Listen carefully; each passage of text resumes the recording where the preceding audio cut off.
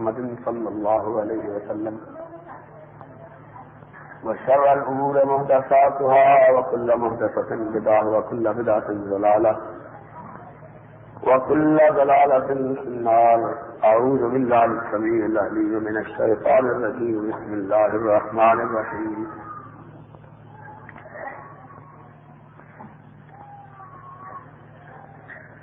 يا أيها الذين آمنوا أطيعوا الله ورسوله ولا تنازعوا فتفشلوا وتذهب ريحكم واصبروا إن الله مع الصابرين.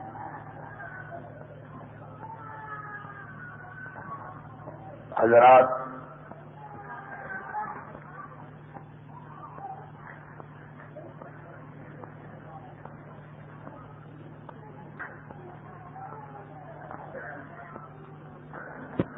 آج کے اس اجلاس کا عنوان ہے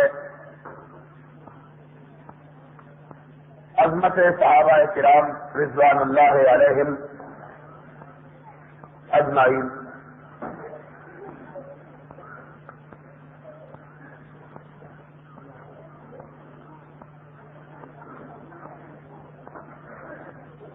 آپ بتا چھاڑ دیں.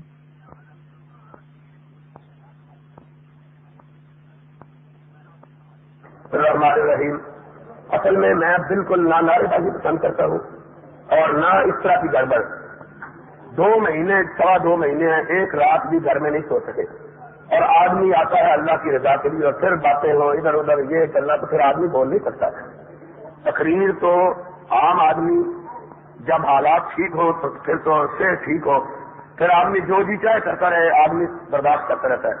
اور جب مسلسل سفروں سے آدمی تھکا ہوا مارا ہوا ہو بڑا زور لگتا ہے تقریر میں. آدمی کی پوری توجہ ہو تب تقریر ہوتی ہے، وگرنہ پھر تقریر نہیں ہو سکتی. میں بہت دفعہ یہ کہا کرتا ہوں کہ لوگ کہتے ہیں جی آپ نے فلاں جگہ بڑی اچھی تقریر کی، فلاں جگہ آپ سے تقریر نہیں ہوئی. تو میں یہ کہا کرتا ہوں کہ تقریر اصل اب ہماری بہ جاتی تھی بچکا بھی لاج چکیا تھا میں بڑی آنے اندر. غلام نے فرمایا خطبے کے درمیان تنکا بھی نہ توڑو.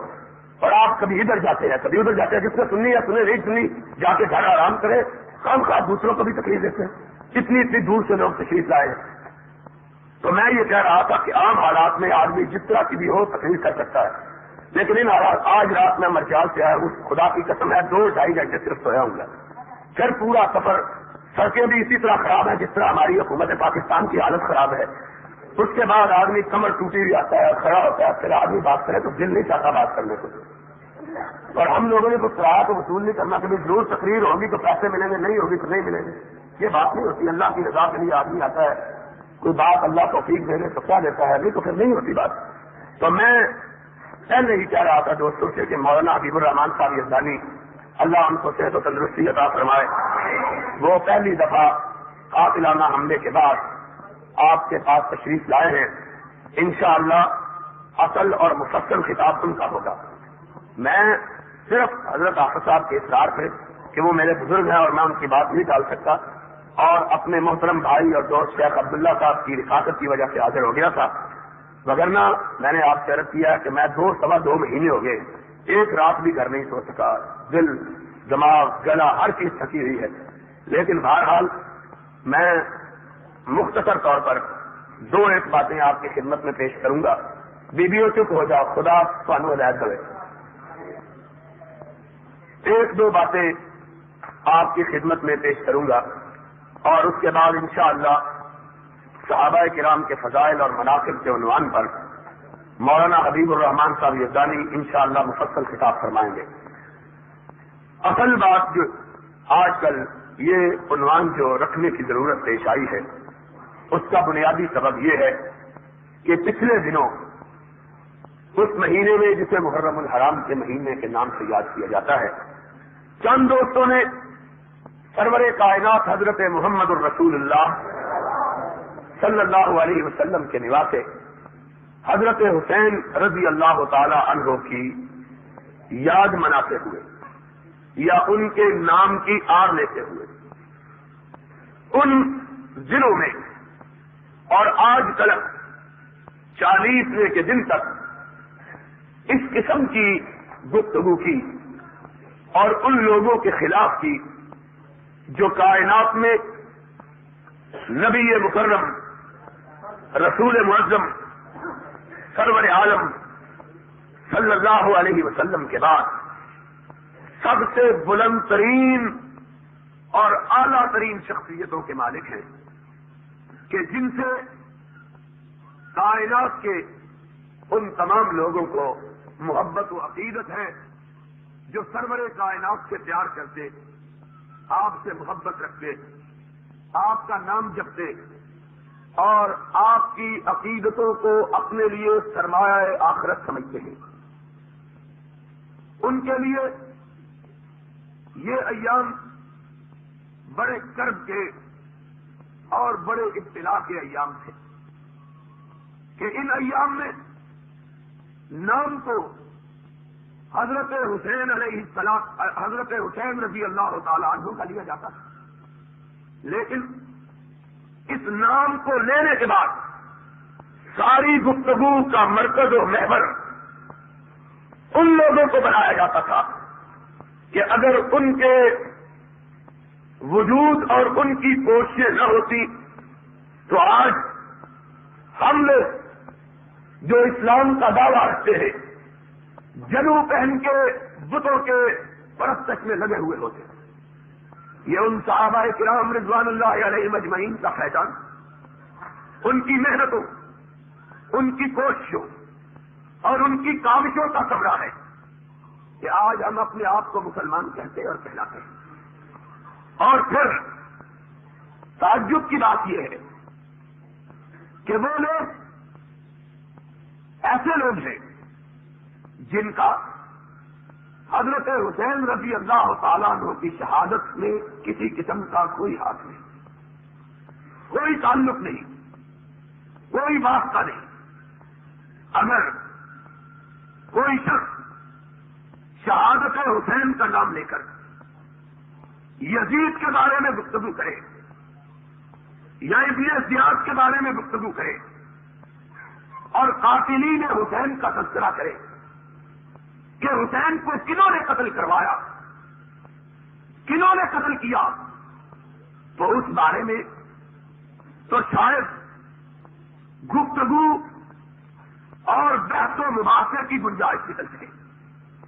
لوگ اپنا موقف پیش کریں کہ حضرت حسین کے قاتل شام کے اور یزید کے ساتھی ہیں، اور ہم شیعہ کتابوں سے اپنا موقف پیش کریں کہ حسین کے اصل قاتل کوفہ کے شیعہ ہیں، پھر تو گفتگو کی گنجائش ہے. بہرحال وہ اپنا موقف پیش کریں، ہم اپنا موقف. ہم شیعہ کی مشہور تاریخ یعقوبی سے یہ بات ثابت کریں کہ حسین رضی اللہ تعالیٰ عنہ کی شہادت کے بعد جب قافلہ حسین کوفے میں داخل ہوا تو ان میں حضرت حسین کے بڑے بیٹے جناب زین العابدین بھی تھے اور وہی فرزند تھے جو باقی زندہ بچے تھے، جنہیں شیعہ حضرات بیمار کربلا کے نام سے یاد کرتے ہیں. انہوں نے اور جنہیں چوتھا امام معصوم بھی سمجھا جاتا ہے، وہ امام جس کی زبان سے کوئی بات غلط نہیں نکلتی، انہوں نے کوفہ میں داخل ہوتے ہوئے کوفیوں کو روتے ہوئے دیکھا. عورتیں بھی رو رہی ہیں، مرد بھی رو رہے ہیں. تو انہوں نے پوچھا علامن یسکون، یہ لوگ کس کو روتے ہیں؟ جواب میں کہا گیا زین العابدین یہ تیرے باپ اور دادا کے شیعہ ہیں، یہ حسین کو رو رہے ہیں. فرمایا یہ حسین کو کیوں روتے ہیں؟ کہا اس لیے روتے ہیں کہ حسین کو ظلم کے ساتھ شہید کیا گیا ہے، انہیں مظلومانہ طور پر مارا گیا.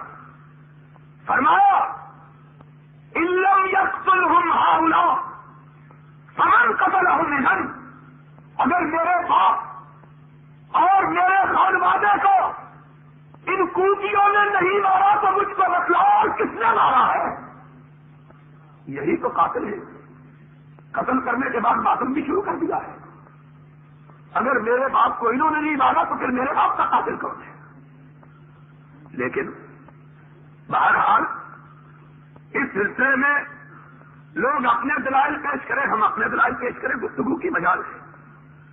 لیکن تعجب کی بات یہ ہے کہ نام لیا جاتا ہے حسین کا اور ان کی شہادت کا، اور گالی ان صحابہ کو دی جاتی ہے جو واقعہ کربلا سے 50 سال پہلے اس دنیا سے رخصت ہو چکے ہیں. اس سے زیادہ تعجب کی بات نہیں ہے. نام کوئی ظلم کی بات، اس سے بڑی جفاکشی کیا ہے کہ نام حسین کا، اس کی شہادت کا، واقعہ کربلا کا، ماتم حسین پہ، اور گالی صدیق کو دی جاتی ہے جو حسین کی شہادت سے 47 برس پہلے اپنے رب کے پاس جا چکے ہیں. کتنے تعجب کی بات ہے. غازی فاروق کو جو حسین کی شہادت کے 38 سال پہلے اپنے رب کے پاس جا چکے ہیں. ذی النورین کو جو واقعہ کربلا سے 28 برس پہلے اس دنیا سے رخصت ہو چکے ہیں. خالد ابن ولید کو، ابو عبیدہ ابن جراح کو، طلحہ کو، زبیر کو، ام المؤمنین عائشہ کو. کوئی ان سے پوچھے اے بندگان خدا ان لوگوں کا تعلق کیا ہے؟ جواب میں کہتے ہیں ان لوگوں کا تعلق یہ ہے کہ حسین کی شہادت اس وجہ سے ہوئی کہ اس سے یزید نے خلافت چھینی، اور خلافت کے چھیننے کا آغاز صدیق کے زمانے سے ہوا ہے. اس لیے ہم حسین کا ذکر کرتے ہوئے اس پہلے شخص کا تذکرہ کرتے ہیں جس نے خلافت کے چھیننے کی ابتدا کی تھی. پہلے حسین کے باپ کی خلافت صدیق و فاروق نے چھینی تھی، اس لیے ظلم کا آغاز وہاں سے ہوا. اس لیے ہم ان کا تذکرہ کرتے ہیں. اور کوئی ان عقل مندوں سے یہ نہیں پوچھتا کہ اگر حسین کے باپ کی خلافت چھینی گئی تھی تو اس وقت حسین کے باپ نے احتجاج کیوں نہیں کیا تھا؟ اور اگر بیٹا تمہارے قول کے مطابق، ہماری بات نہیں ہے، تمہاری گفتگو کے مطابق بیٹا اپنے حق کے لیے تلوار اٹھاتا، جنگ کرتا ہے، تو باپ جو شیر خدا تھا اس نے جنگ کیوں نہیں کی؟ جو کام بیٹے نے کیا باپ نے کیوں نہیں کیا؟ اور اگر باپ نے نہیں کیا تو پھر تمہیں تکلیف کیا ہو گئی ہے؟ جو کام علی نے نہیں کیا تو آپ اس کے لیے کیوں رو رہے ہیں؟ اگر واقعی حق چھینا گیا تھا تو اصل تو علی ہے. یہ مسئلہ بھی سمجھ لو، سنیوں کو اصل مسئلے کا علم نہیں ہے. ہمارے اور شیعہ دوستوں کے درمیان بنیادی فرق ہے. علماء کو بھی اس بارے میں علم نہیں ہے. عام علماء کو وہ سمجھتے ہیں کہ شیعہ دوست اس لیے حسین سے محبت کرتے ہیں کہ وہ نبی کا نواسا. یہ بات نہیں ہے. وہ نبی سے اس لیے پیار کرتے ہیں کہ حسین کا نانا ہے، اور ان کے نزدیک حسین کی بھی قدر و منزلت اس لیے ہے کہ علی کا بیٹا ہے.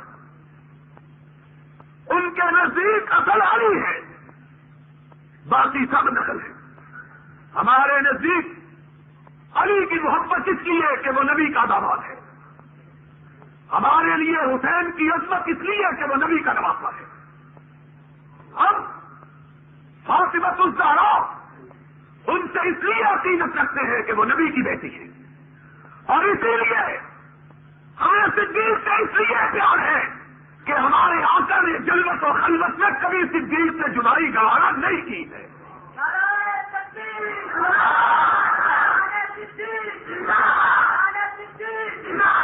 ہمارے نزدیک اصل نبی ہے. اس لیے جتنا جتنا پیار نبی کو جس سے ہے اسی انداز سے ہم اس سے پیار کرتے ہیں. ہم صدیق سے ساری کائنات میں سب سے زیادہ، سن لو، کوئی عقیدے میں چھپانے کی بات نہیں ہے.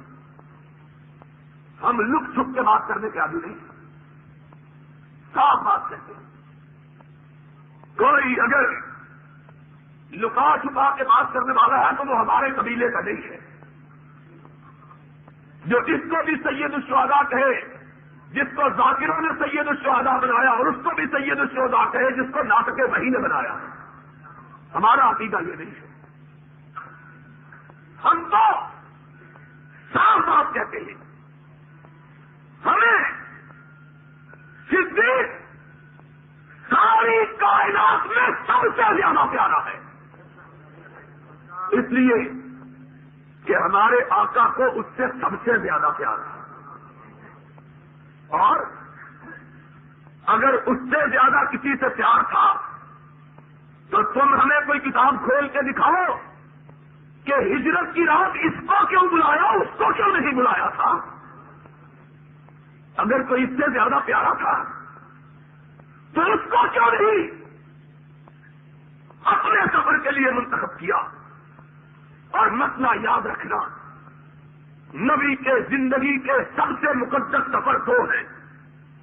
سب سے مقدس سفر، سب سے اعلیٰ سفر، ایک سفر آسمانوں کا اور ایک سفر مدینے کا.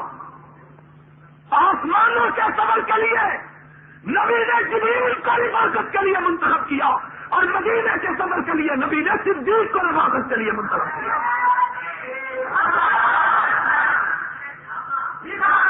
آسمانوں پر جبریل سے زیادہ پیارا کوئی نہیں، زمین پہ صدیق سے زیادہ پیارا کوئی نہیں. بات تو سیدھی تھا. وگرنہ آسمانوں پر بھی سفر کے لیے اور بہت تھے، زمین پر بھی سفر کے لیے اور اب آبیوں مسئلہ یاد رکھنا. اس رات نبی کا اپنا گھرانہ موجود تھا. آپ کا قبیلہ بنو ہاشم موجود تھا. آپ کا چچا عباس موجود تھا. کہنے والے کہتے وہ تو مسلمان نہیں تھا، وہ نہیں تھا. حمزہ تو موجود تھا جو مومن بھی تھا، مسلمان بھی تھا. نبی کا چچا بھی تھا، نبی کا دودھ شریک بھائی بھی تھا، نبی کا بچپنے کا دوست تھا، جوانی کا ساتھی تھا، وہ بھی موجود تھا. اور نبی کے چچا کے بیٹے علی بھی تھے، علی کا بڑا بھائی عقیل بھی تھا. یہ سارے تھے. کسی کو خبر بھی نہیں تھی. کسی کو جانے کی خبر اس کو بھی جس پہ سب سے زیادہ اعتماد تھا. اس کے گھر گئے، اٹھا صدیق، سب سے مقدس سفر کا حکم ہوا، وطن چھوڑنے کا. مال دولت گھرانہ، اپنی آبائی زمین، اللہ کے لیے ہجرت سے زیادہ مقدس سفر کوئی نہیں. آقا میرے لیے کیا حکم ہے؟ فرمایا جس نے مجھے سفر کا حکم دیا اسی نے مجھے تیری رفاقت کا بھی حکم دیا ہے. صدیق کیا لگے اللہ سمانی، یا رسول اللہ عرش والے نے میرا نام لے کے کہا ہے. کائنات کے امام نے کہا ہاں صدیق عرش والے نے تیرا نام لے کے کہا ہے. کوئی اس دن صدیق سے آگے نہ تھا. اگر کوئی ہوتا تو اس کو بتلاتے. اور پھر یہ سفر کیسا سفر تھا؟ معراج سے اس لحاظ سے مختلف کہ رفاقت جبریل کی اور براق عرش والے کی. براق عرش. اور یاد رکھنا ہجرت کی رات کوئی چیز بھی نبی کے پاس ایسی نہ تھی جو صدیق کی نہ ہو. ساتھ صدیق کا، اونٹنی صدیق کی، اونٹنی کی مہار سامنے والا نوکر صدیق کا، کھانا صدیق کے گھر کا غار ثور میں 3 دن بکریوں کا دودھ ابو بکر کی بکریوں کا، اور سامان باندھنے کے لیے چادر کا ٹکڑا ابو بکر کی بیٹی کا۔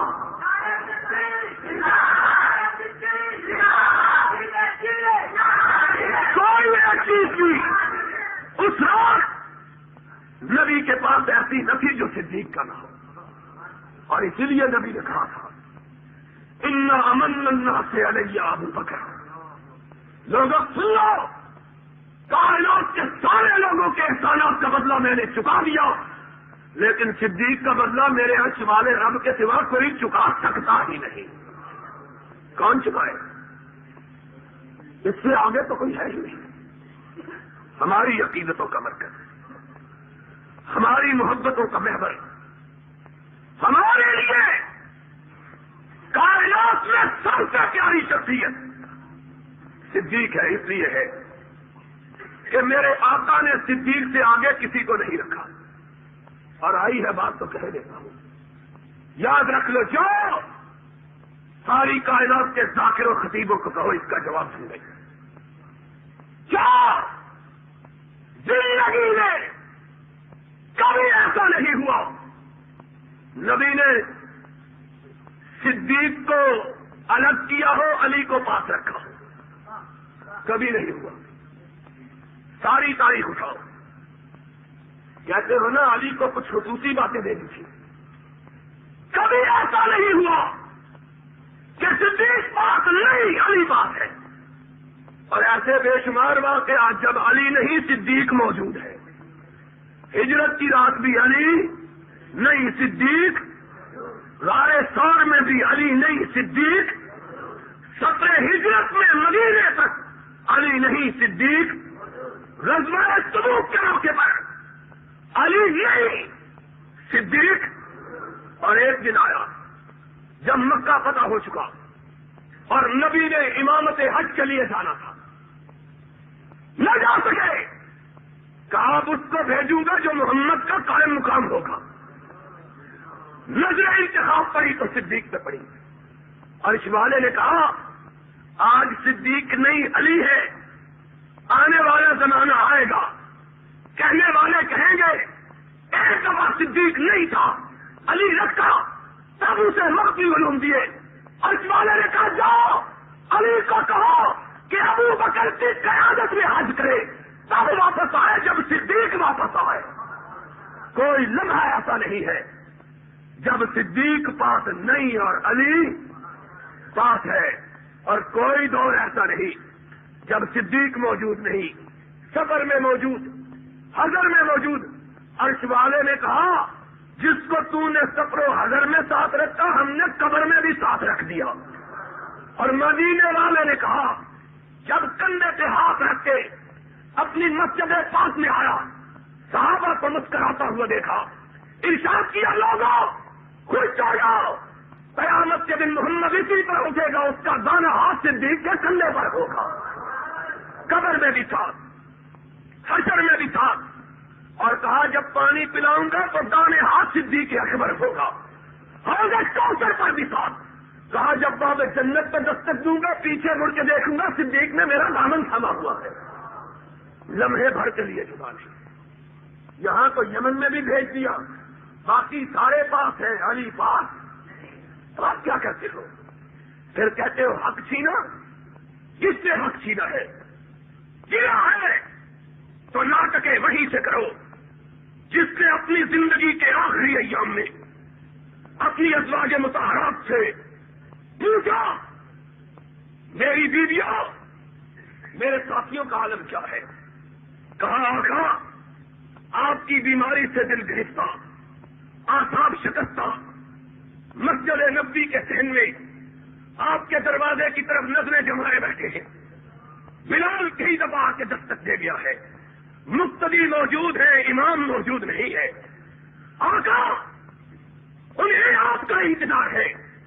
فرمایا مرو ابا بکر فلیصلی بالناس، میرے ابو بکر کو کہو آج محمد کے مقتدیوں کی امامت میرے ابو بکر نے کروانی ہے۔ چھیڑنے کا اگر گرا ہے تو اس ذات گرامی سے کھڑو جس نے خود اپنے دست مبارک سے اپنے مسلح پہ ابو بکر کو کھڑا کیا، اور اس دن بھی ہجرت کی رات کی طرح اپنے سارے رشتے دار موجود، علی بھی موجود، چچا عباس بھی موجود، حسن بھی موجود، حسین بھی موجود، لیکن کہا میری زندگی میں میرے مسلح امامت پہ ابو بکر کے سوا کوئی دوسرا کھڑا نہیں ہو سکتا، مرو ابا بکر۔ جواب ملا آقا کسی 3 مرتبہ کہا، پھر آسمان سے جبریل آیا، کہا مسئلہ پکا کر دیجئے۔ آقا سہارا لے کے اٹھے، اپنے دروازے کے پردے کو اٹھایا، اپنے اصحاب کو ابو بکر کے پیچھے دیکھا، زبان اقدس سے ارشاد کیا، یا اللہ والمومنون الا ابا بکر۔ زمین پہ مومن نہیں مانتے، عرش پہ خدا نہیں مانتا، مانتا ہے تو اکیلے صدیق ہی کو مانتا ہے۔ پھر آگے بڑھے، مسجد میں حضور کی خوشبو پھیل گئی، صحابہ بھاگ کے آقا آگے، کچھ کھنکارے کہ ابو بکر کو پتا چل جائے۔ آقا آگے بڑھے، سبوں نے راستہ دیا۔ سرور کائنات نے کیا کیا؟ کہا میں نے تجھ کو اپنے مسلح پہ کھڑا کیا ہے، اب تم ہی کھڑا ہونا ہے۔ حدیث کے الفاظ ہے، ابو بکر نے پیچھے ہٹنا چاہا، نبی نے وہیں رکنے کا حکم دیا، رک گئے۔ نبی ابو بکر کے ساتھ کھڑے ہوئے۔ امت کو پتا چل جائے کہ نبی کے بعد مقام ہے تو صدیق کا ہے، اور کوئی نبی کے ساتھ مسلح پہ کھڑا ہونے کی سخت رکھتا، ہمارا کیا نصیب ہے؟ من احب الناس الیک یا رسول اللہ؟ عائشہ، ومن الرجال یا رسول اللہ؟ ابو کائنات میں کون پیارا؟ صدیقہ۔ مردوں میں یا رسول اللہ؟ فرمایا صدیقہ کا باپ صدیق۔ اور اگر چھینی ہے تو پھر سرور کائنات سے پوچھو کہ انہوں نے ان سب کے ہوتے ہوئے صدیق کو کیوں امامت کے مسلح پہ کھڑا کیا ہے؟ اور پھر آقا نے اس بڑھیا کو یہ جواب کیوں دیا جو آئی، آقا مجھے کچھ دیجیے، اور آقا نے کہا میرے پاس تو اب کچھ بھی نہیں۔ کہا یا رسول اللہ میں غریب و فقیر عورت۔ فرمایا اگلے برس آنا، کچھ ہوا تو دے دیں گے، اور اپنے عقیدوں کی بھی اصلاح کر لو۔ اس بڑھیا کا کتنا واضح عقیدہ جو مسئلہ تمہیں آج تک سمجھ نہیں آیا ہے۔ قرآن پڑھنے والی، کل من علیہا فان ویبقی وجہ ربک ذو الجلال والاکرام انک میت وانہم میتون۔ بڑھیا کا عقیدہ کتنا اجلا، کہہ رہی آقا اگر اگلے برس آپ فوت ہو گئے تو میں کیا کروں گی؟